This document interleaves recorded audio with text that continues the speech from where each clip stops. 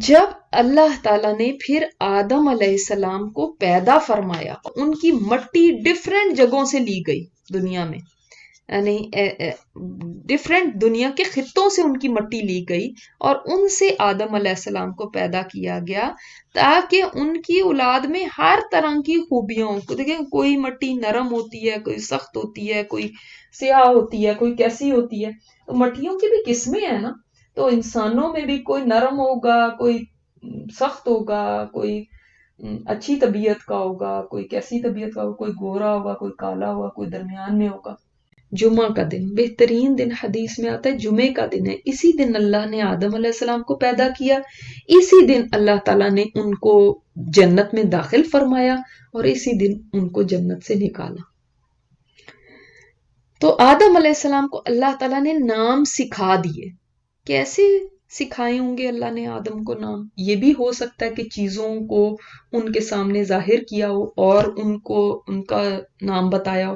اچھا، نام بتانے سے ہم سوچتے ہیں یہ کون سی ایسی بڑی بات ہے، کسی چیز کا کوئی بھی نام ہو تو اس سے کیا فرق پڑتا ہے؟ بات یہ نہیں ہے، بات یہ یعنی نام سے مطلب ہے کہ اس میں اس کی ساری پراپرٹیز جو ہیں وہ بھی بتا دی۔ فار ایگزامپل یہ پانی ہے، پانی جو ہے وہ ایسی چیز ہوتی ہے، یعنی لیکوڈ چیز ہوتی ہے، اس سے پیاس بجھتی ہے، یہ کام کرتا ہے، اس میں یہ خصوصیات ہیں، یہ سب چیزیں۔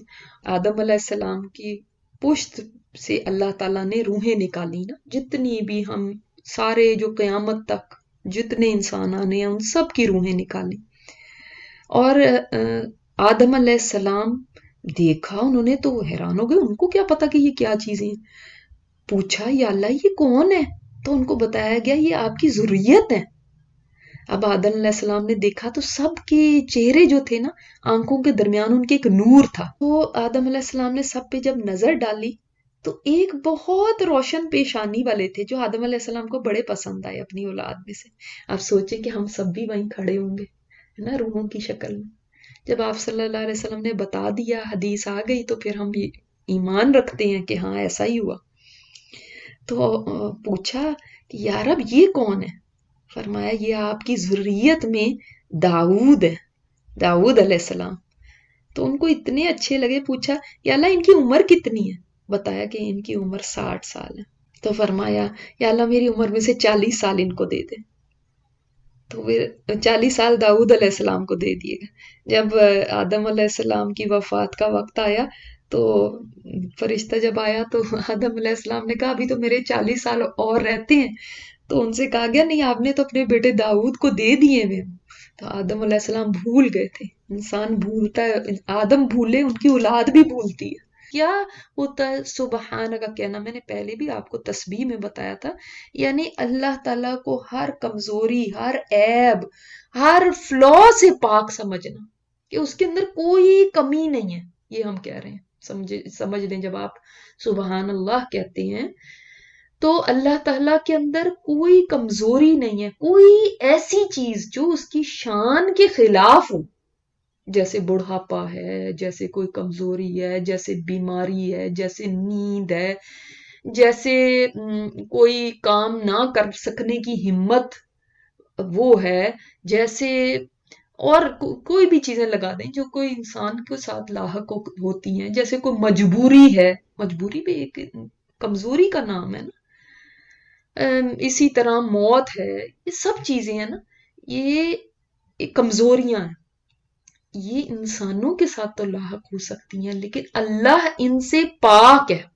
چاہے وہ گھرداری ہے، چاہے وہ انجینئرنگ ہے، چاہے میڈیکل کا سوال پوچھ لو، چاہے دین کا سوال پوچھو، دین کے تو سب سے آسان سوال ہے، وہ تو سب کو اتنے آسان لگتے ہیں نا۔ کیوں؟